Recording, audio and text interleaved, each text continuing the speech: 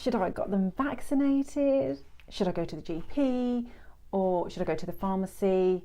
I get it, but don't worry, because today I'm going to talk you through how you can use natural remedies and perhaps even a little bit of sawab, inshallah.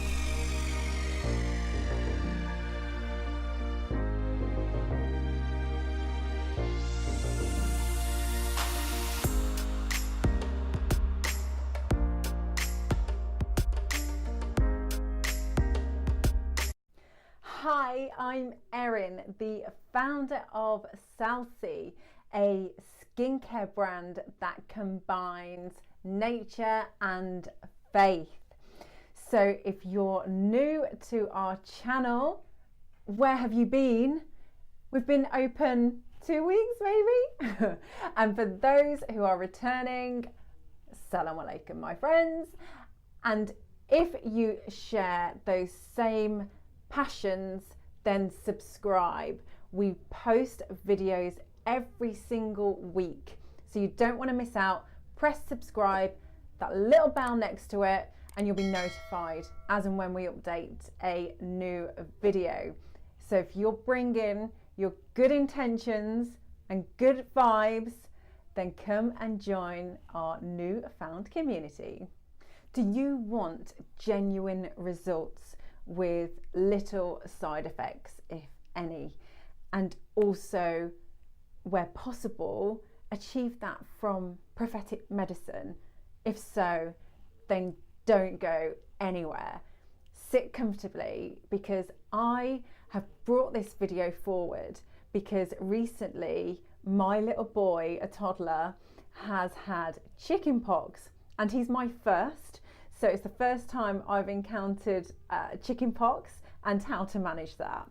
So what I wanted to share with you today is how, through prophetic medicine and one ingredient in particular, I was able to support his recovery really quickly and through natural means. Okay, so the hadith talks about the Prophet sallallahu alaihi wasallam would never have a cut or a thorn in his skin where he wouldn't apply henna to it. So today I'm referring to henna, and having studied a little bit around prophetic medicine, really early days, but I'm learning the importance of henna and how it was applied to any skin condition. But what I'm going to do is kind of just give you a really quick summary, because obviously we're talking about chickenpox here and how they've really helped my son and inshallah your child overcome chickenpox really quickly. So firstly, it's anti-inflammatory. So obviously when they've got chickenpox, they've got really sensitive, red, itchy skin, and they pick at those spots, and obviously it's really, really sore for them. Then there's the antiviral properties. Now this is where henna will come into its own when you've got a skin viral infection. So for chickenpox and measles or herpes, its antiviral properties will support the recovery really quickly and effectively. And then it's an astringent. So what that means is it will actually penetrate to the cells and repair that tissue. So when they get to the stage of the, when it's starting to scab over, which is obviously the preferred stage, less itchy, they're starting to recover, inshallah, and they're starting to pick at it. Obviously you don't want them picking it off, and you know, they can actually be quite open to scarring. So the astringent properties within henna are excellent because it will actually support the recovery and healing of the tissue. Okay, so comment SUNNAH below if you're aware of the amazing properties that henna brings. Okay, so there's 2 methods in which you can make your own DIY hemp oil. If you're looking at making this as a preventative, so that you've got some on hand as and when, then great. if you're watching this because your little one has chickenpox or measles or a skin infection of some sort, then of course you're not going to have time to wait to make your own. So I would absolutely recommend you go to an online store and buy a henna oil. The one way in which you can make the henna oil, if you've got time on your side, is fill up the jar. So I'd say 1 part henna, 2 parts oil. And the oil I would suggest you use is a heat resistant. So it's not going to be sensitive to heat. So olive oil is one of those, and you can have a look online at others that are not heat sensitive. So generally they'll be full of antioxidants, so they can actually be heat resistant to some degree, and they retain that integrity of the oil. So olive oil, for obvious reasons, is one that I would suggest. So what you do is you 1 part henna, 2 parts oil, lid on top, and then leave it in a cool, dry place for 1 to 2 months. Strain, and then what you've got left is a gorgeous oil that's extracted all of the medicinal properties from henna, which is amazing. So that's number 1 if you've got time on your side. Okay. Number 2 is another DIY option. However, you can actually make this if you're willing to wait 24 hours, 48 hours. Okay, so exactly the same as what you did before. You are absolutely going to need a heat resistant glass jar.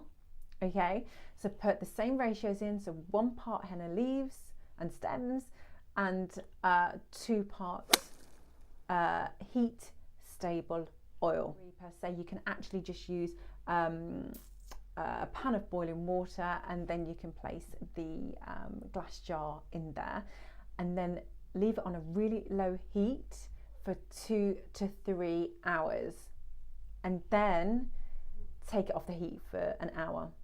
You're going to repeat that for 24 hours. Okay, so there's a couple of different options that I really want to talk to you about. So you've got your oil, whether you've bought it from the store or you've made your own. Mashallah, if you made your own.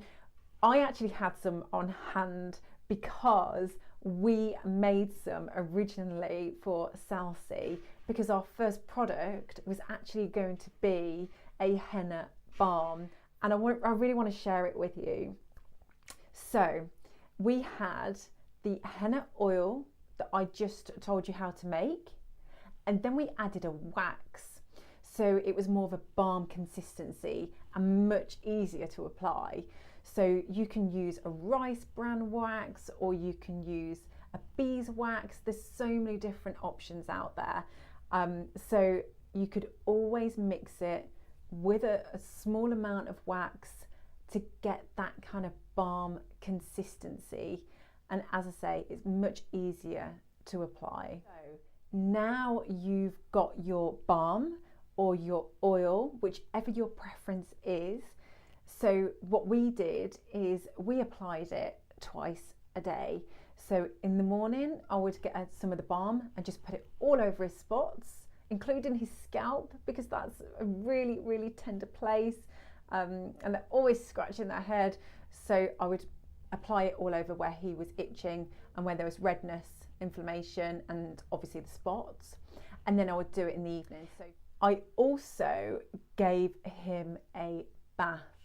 And I wanted to talk to you about what that bath included, because I felt like that really helped him. For his bath, I would actually make a henna tea.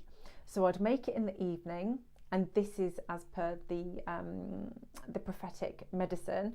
So I would make the henna tea and let that brew overnight, and the next day I would use that henna tea and put it in his bath. Hi guys, so I just want to show you the henna tea that I refer to. So obviously teapot, and you can see the henna leaves. I think there's a couple of black seeds thrown in there as well actually. So there's quite a lot. I don't know if it actually expands. There's probably 3 really good tablespoons in there, and this is probably a litre. So I'd actually put the whole litre of henna in the bath, which really helped my son with chickenpox. You can also, as I say, add the chamomile leaves in there, or echinacea, anything that has obviously the soothing benefits and antiviral as well. And I would also add 2 other things. Bicarb, so baking soda, not baking powder, baking soda, because that also helps balance the pH on the skin. It's an excellent anti-inflammatory. And then I also added some Himalayan salts, so probably just half a cup of Himalayan salts, because it's full of minerals and it actually helps your body cleanse. So it'll get rid of all of the nasties and the build-up that you just don't need when you've got delicate exposed skin. And then I'd add some olive oil, of course, because olive oil, if you haven't seen my video, I'm going to add it above because you need to. I talk about all the benefits of olive oil, and subhanallah, it blew me away. So of course I added some olive oil to his bath as well. Okay, so with the henna tea that you've made, that you're going to obviously put in the bath, I incorporated that into his food. So I would actually add, so rather than say a stock or water or milk or whatever the recipe called for, I'd add the henna tea. And he ate it, alhamdulillah. So I would always recommend, if you've got a poorly baby that's suffering from a skin infection, address it internally as well. And the henna inside actually supports that recovery, and that's proven by prophetic medicine. So give that a go.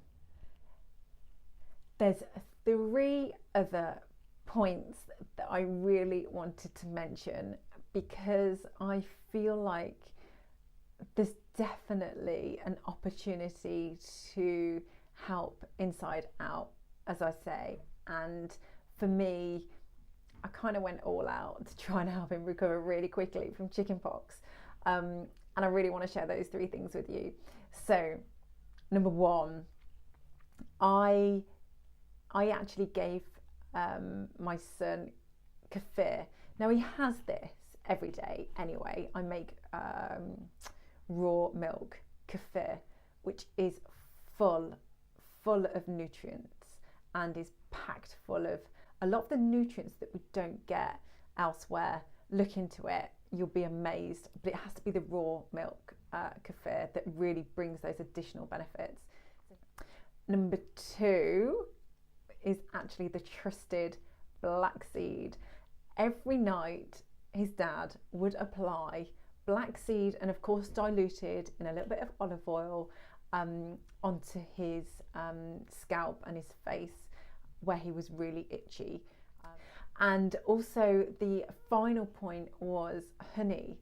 So obviously the raw honey, and if you are using stuff off the shelves that isn't raw, please, I beg you, please invest in raw honey, because raw honey has all of those beneficial properties intact, all of the nutrients, all of the live enzymes that our body needs.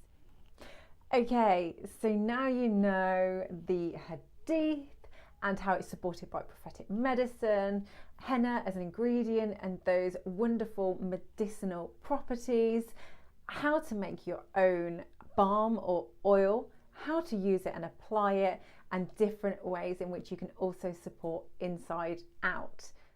And if you like this video, give it the thumbs up. please share the link, share the love. And also, if you would like to know anything in particular from us on any subject, on a particular ingredient, or if there's any skin problems that you're experiencing, then comment below and we will do our utmost to either come back to you with an answer directly, or we will look to do a video to discuss that in more detail. So thank you so much for watching today, and I hope it was helpful, and I look forward to speaking to you next week, inshallah.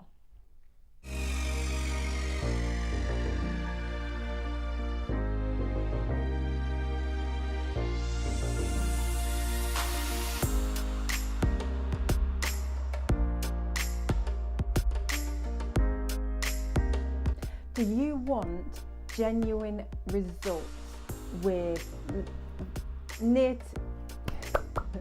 so they're the 3 additional kind of additives? No, not additives. So they're the 3 additional practices that I included in with the external application